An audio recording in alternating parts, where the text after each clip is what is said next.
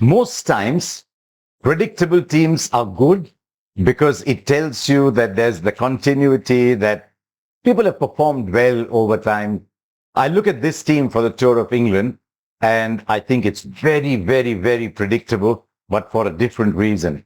I don't think the selector had too many options. And when I look down the list of 18, I genuinely believe that everybody who could be picked has been picked. You could look at a Shreyas Iyer, maybe a Mohammad Shami, maybe, but there'd be reasons.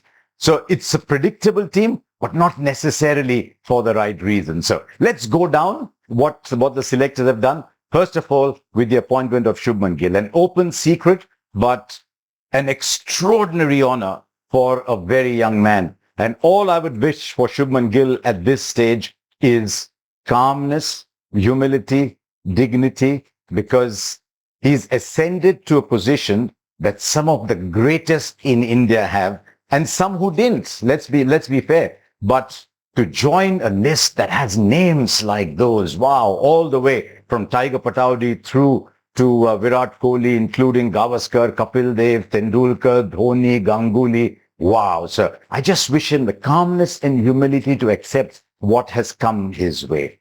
Why has he got it? My first choice, as I've said before in a blog, was Jasprit Bumrah.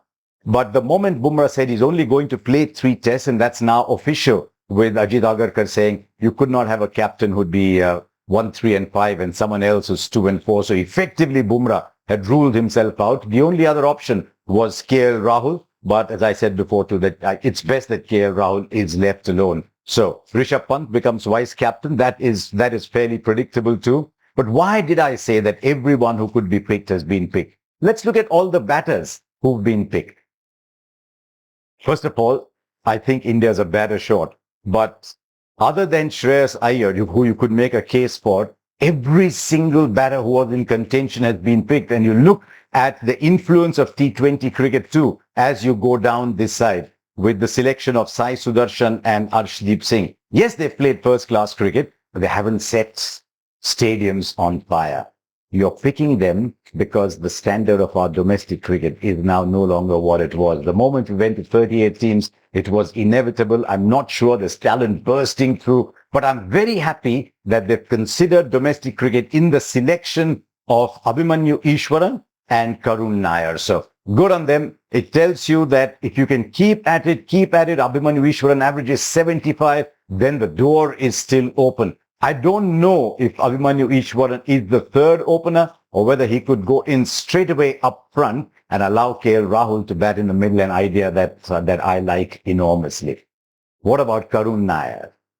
They say that if you're knocking on the door and no one's listening, you must break it down. And Karun Nair has broken it down. Cricket has indeed given him the second chance that he craved for. And it's happening at a place where the dip in his career really started. Back in England in 2018, Karun Nair is a reserve batter, remember. They thought he wasn't batting well enough. And so when a place emerged, it actually went to Hanuma Vihari, who came in from the A team. So great opportunity for Karun Nair. He's played in England before, as has Sai Sudarshan. And I wish him very well because he's taken the hard route, he's taken the tough route, and that is always fantastic. So what's the batting lineup going to be? A lot will depend on Yashasvi Jaiswal. I think KL Rahul will be the other opener, whatever I feel. Then Sai Sudarshan, and I see increasingly Shubman Gill making a home for himself at number 4. Then Rishabh Pant and maybe Karun Nair. That's the way it goes. But if you look at that list, then you look at 3 all-round players who've been selected primarily because they can actually get into the side as pure batters.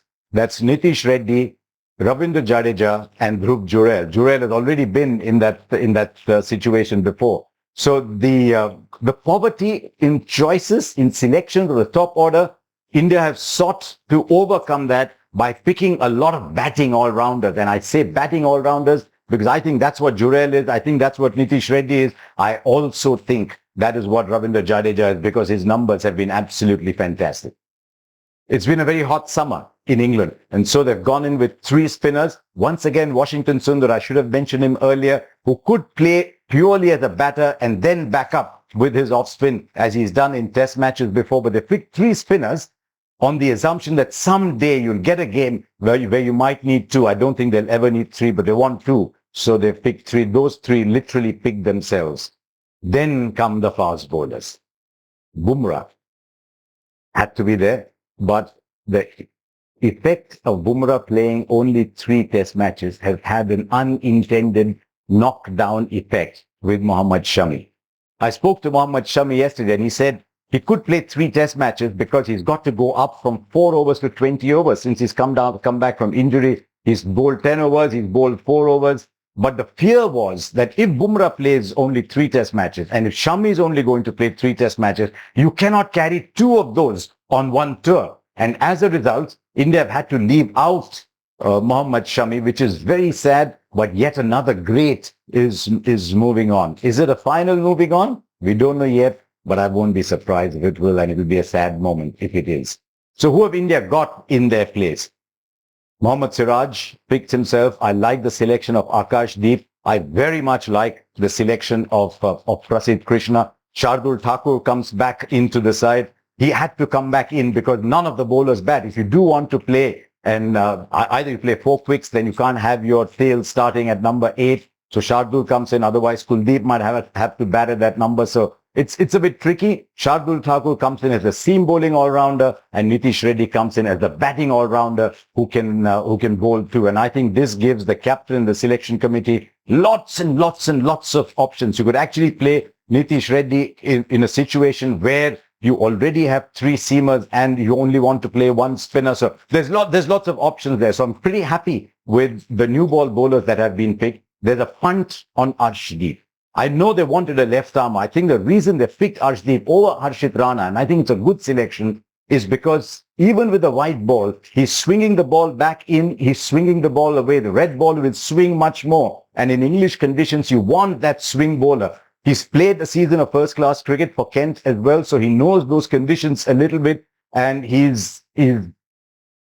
loves learning. He's constantly asking questions, and I think he will grow on that tour. So there you are. That's the team that India picked so far. It's not going to be an easy tour, and for India to come back victorious, the batters will have to play beyond themselves. At the moment, it's a slightly iffy batting lineup, especially in those conditions. I know there's experience in terms of KL Rahul, in terms of Rishabh Pant, but there is no degree of freedom there. You've only got one other batter that you can go to. So if a couple go out of form, you're in trouble. So I've looked at all that, and that is why I think that the batters will have to do really well. I think the bowling might well look after itself, but the batters will have to take India home if India have to win this series.